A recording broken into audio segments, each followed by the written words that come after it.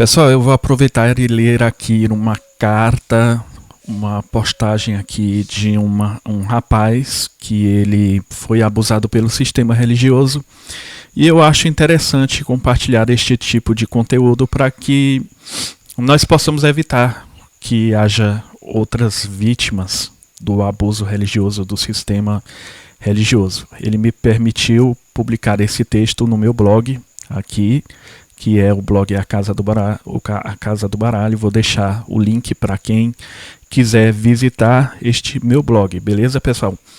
Então, ele escreveu esse texto, que é um texto bem pequenininho, que eu vou ler para vocês, e vou fazer as pausas quando for necessário, para a gente poder ir refletindo e fazendo react, né? Isso aqui é um react, só que é um react textual, né? Digamos assim. E o título do texto é Morrendo pela Fé, Testemunho.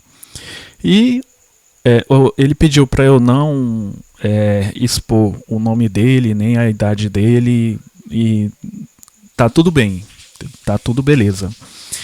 Então vamos lá, sem mais enrolações, vamos ler o texto que está aqui para nós lermos.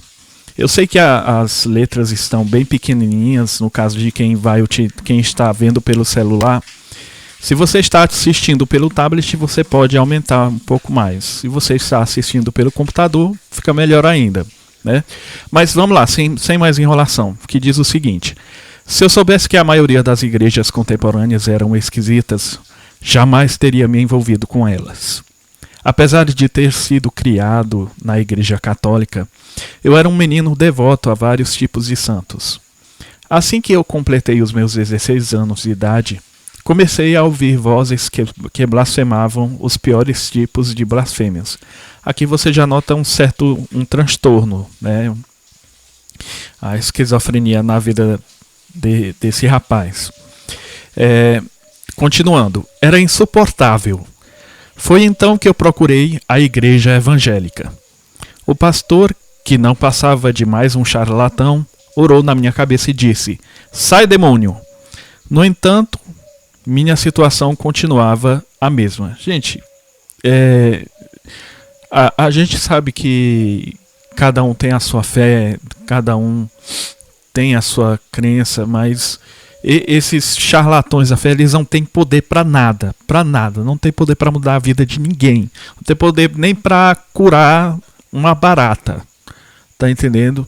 Então, se você tá nesse meio aí, você se saia desse meio, porque você só vai se dar mal. Eu tô avisando isso para você, tá certo? Mas você é quem sabe, a vida é sua. Continuando aqui, um irmão meu na fé, na época do retiro de carnaval, estava chorando aos prantos, pois não havia o que comer dentro da casa dele. Como eu não tinha muitos argumentos, eu lhe disse apenas que continuasse acreditando em Deus, e Deus entraria com providência. Enquanto isso, o pastor líder da igreja só enriquecendo às custas dos fiéis.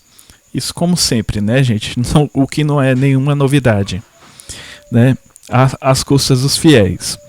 Os membros que se desligavam da igreja, ele os amaldiçoava e dizia que as mesmas pessoas voltariam e ficariam de joelhos diante do altar.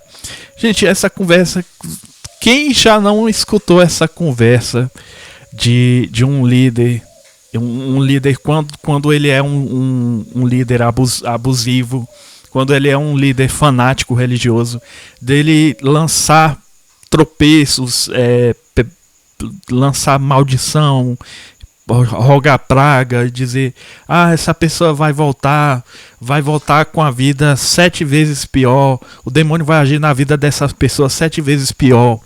Quem nunca ouviu falar nessa historinha aí que é a história para boi dormir? Pois é, infelizmente, essa história se repete até os dias de hoje. Mas continuando aqui, vamos nos ater aqui ao texto.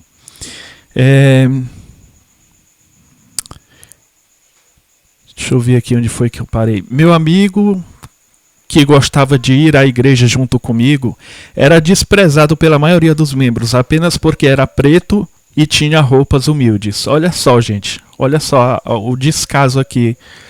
Mas esse descaso, gente, lembrando, assim, sejamos justos, certo?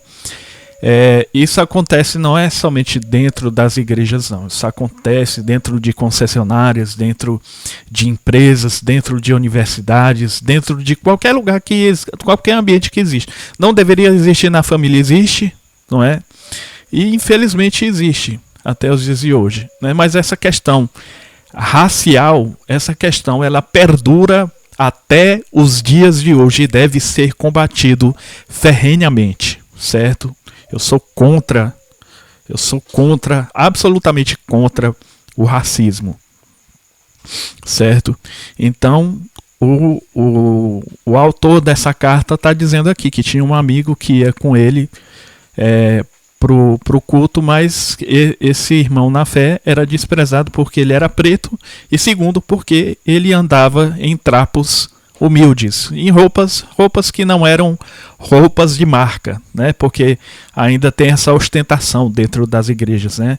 É a melhor roupa de marca, é o melhor relógio, é o melhor carro esportivo importado, né? Tem essas coisas, né? Tem tudo disso. Então, aí ele complementa aqui dizendo: certa vez teve uma festa de aniversário, mas não o convidaram. Embora eu fosse apenas um jovem de 16 anos, no fundo eu já sabia o porquê das coisas. Outro pastor assumiu a liderança da igreja, mas teve divergências com o pastor líder, pois tudo tinha que ser do jeito dele. Gente, isso acontece até os dias de hoje. Divergência dentro das igrejas. O povo não vive dizendo que a igreja é a casa do Senhor, que a igreja é a casa de Deus. Se é a casa de Deus, então por que tem tanta baderna, tem tanta desarmonia, tem tanta desunião? Não era para ser assim. Você acha? Eu acho que não era para ser assim, não. Mas você vê, né? Esses mesmos que vivem cantando aquela música, né? Visitante, seja bem-vindo. Sua presença é um prazer. Aí são os mesmos que promovem a desunião dentro de um lugar que eles chamam de casa do Senhor. É uma hipocrisia muito grande. Aí eu tenho que imitar o Antônio Miranda. Aí complica, né, meu corego? Aí complica, né? Complica. Mas vamos lá, vamos lá. Vamos na frente que atrás vem crente. Vamos lá. A rivalidade entre eles chegou a tais proporções que o pastor líder fez uma ligação tarde da noite. Olha só. O pastor que estava como responsável pela igreja atendeu a ligação. O pastor líder o ameaçou dizendo que se ele contasse os podres dele, isto é, o pastor líder mandaria tocar fogo na casa onde eles estavam morando. Olha só, gente. Olha só o nível de periculosidade desse pastor aí. Isso não é um pastor, não. Rapaz, eu digo de uma coisa. Eu não queria ter um pastor desse na minha vida, não. Pastor desse que vive ameaçando só porque quer que tudo seja feito do jeito dele. Rapaz, sinceramente, eu não tenho vontade nenhuma. Eu tô muito bem, obrigado. Sim, senhor. Viu? Cara desse é um psicopata. É um psicopata para fazer uma coisa dessa. Viu? Mas, infelizmente, são a cada dia que se passa, a cada segundo, sem querer exagerar, a cada segundo que se passa, 3, 5, 10, 20, 1000 escândalos acontecem aqui no Brasil. Só aqui no Brasil, 1000 escândalos acontecem aqui no Brasil. É pastor que fez isso, é membro da igreja que fez isso. Gente, é uma tristeza só. Vamos continuar aqui.